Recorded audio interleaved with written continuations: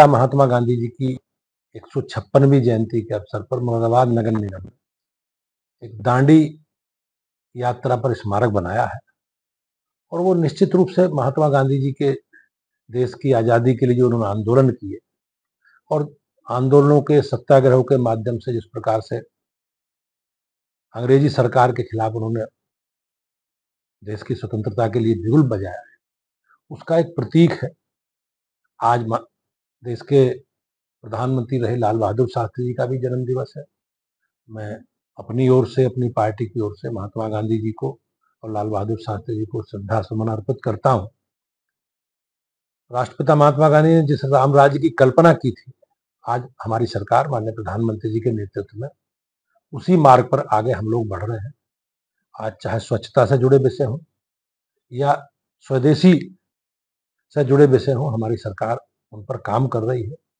2047 तक विकसित राष्ट्र बनाने का जो माननीय प्रधानमंत्री जी का संकल्प है, उसमें विदेशों पर, विदेशी वस्तुओं पर हमारी निर्भरता कम हो, इस प्रकार का प्रयास सरकार का है। और स्वच्छता अभियान के माध्यम से माननीय प्रधानमंत्री के नेतृत्व में आज बदलता हुआ प्रदेश, बदलता हुआ देश, बदलता हुआ मुरादाबाद सबके सामने है।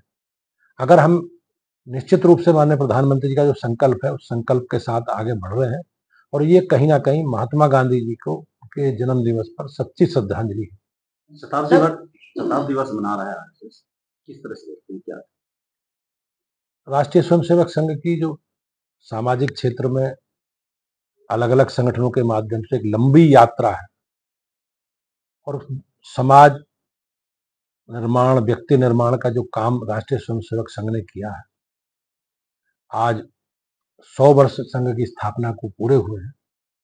मैं सभी स्वयंसेवकों को बहुत बहुत शुभकामनाएं देता हूं। और देश निर्माण के लिए उन्होंने सामाजिक समरसता, सामाजिक सद्भाव और सामाजिक समन्वय के साथ जो एक रास्ता उन्होंने दिखाया है, वो निश्चित रूप से भारत को विकसित राष्ट्र की ओर ले जाने का उनका संकल्प है। हम सब लोग पूरी ताकत के साथ माननीय प्रधानमंत्री जी के नेतृत्व में उस आधार पर आगे बढ़ रहे हैं। सर, अभी कुछ दिन पहले आजम खान की जमानत हुई, फिर इरफान सोलंकी की जमानत हुई, एक के बाद एक सपा के जो धुरंधर नेता उनकी जमानत होती जा रही है, जो कि अपने अपने क्षेत्र में वर्चस्व रखते हैं, ये आपको मानना पड़ेगा। तो क्या इसका जो फर्क है वो 2027 के चुनाव में पड़ेगा? निश्चित रूप से अभी चाहे इरफान सोलंकी हो, चाहे आजम खान हो, जेल से रिहा हुए हैं, अभी दोष मुक्त नहीं हुए, और देश में कानून का राज है। न्यायपालिका पर हम सबको विश्वास है। माननीय न्यायपालिका जो भी निर्णय है, निर्णय का हम सम्मान करते हैं, लेकिन अभी आजम खान या इरफान सोलंकी अभी दोष मुक्त नहीं, केवल रिहा है। बरेली में लगातार जो घटनाएं हो रही है, अल्लाह मोहम्मद के बाद में पूरे प्रदेश और देश में जो घटनाएं सामने है, क्या देखते हैं? इस प्रकार के तत्व जो देश में अराजकता करने का काम कर रहे हैं, सरकार संकल्पित है और ऐसे तत्वों को चिन्हित करके कार्रवाई करेगी। जो भी प्रदेश में, देश में अराजकता करने का षड्यंत्र के पीछे जो तत्व हैं, जो संस्थाएं हैं, उन सबके खिलाफ हमारी सरकार कार्रवाई करेगी। सर, एक सवाल बार बार उठ रहा है, बीजेपी के प्रदेश अध्यक्ष और राष्ट्रीय अध्यक्ष का जो चुनाव होना है, उसमें इतनी देरी क्यों हो रही? कई लोग सवाल खड़े कर रहे हैं। अब हमें किसी परिवार से तो संगठन चुनना नहीं है अध्यक्ष।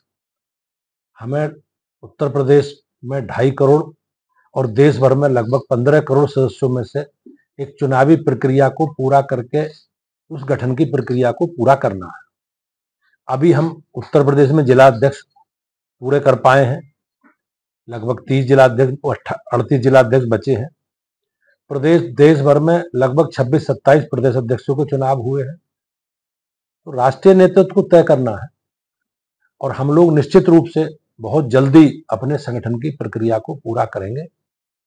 संघ शताब्दी वर्ष मना रहा, लेकिन आज भी उदित राज कांग्रेस के लीडर हैं, दलित लीडर गए थे, उन्होंने कहा है कि बड़ा ही गलत हो रहा है कि उसका महिमामंडन किया रहा संगठन का, जो हत्यारा है, ये आतंकी संगठन का है। कांग्रेस की तरफ से बात आ रही है। ये इस प्रकार के बयान देने वाले लोग विक्षिप्त लोग हैं और इनकी मानसिक स्थिति ठीक नहीं है।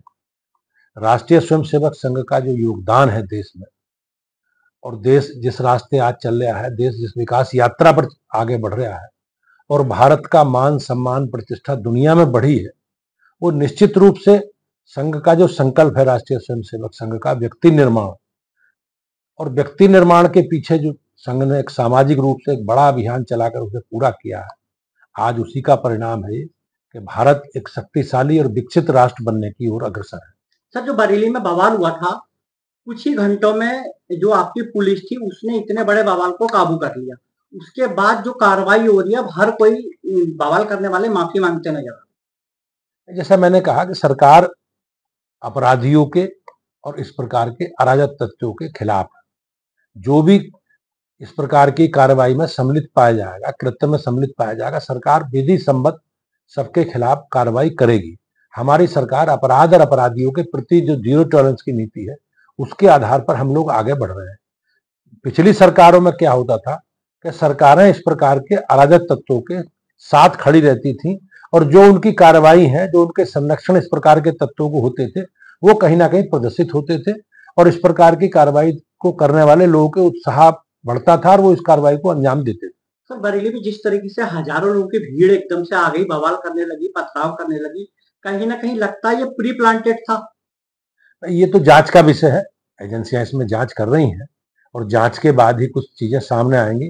लेकिन जैसा मैंने कहा कि सरकार हमारी संकल्पित है, सरकार और एजेंसियां पूरी तत्परता के साथ प्रदेश का माहौल ठीक रहे इसके लिए प्रयास कर रही हैं।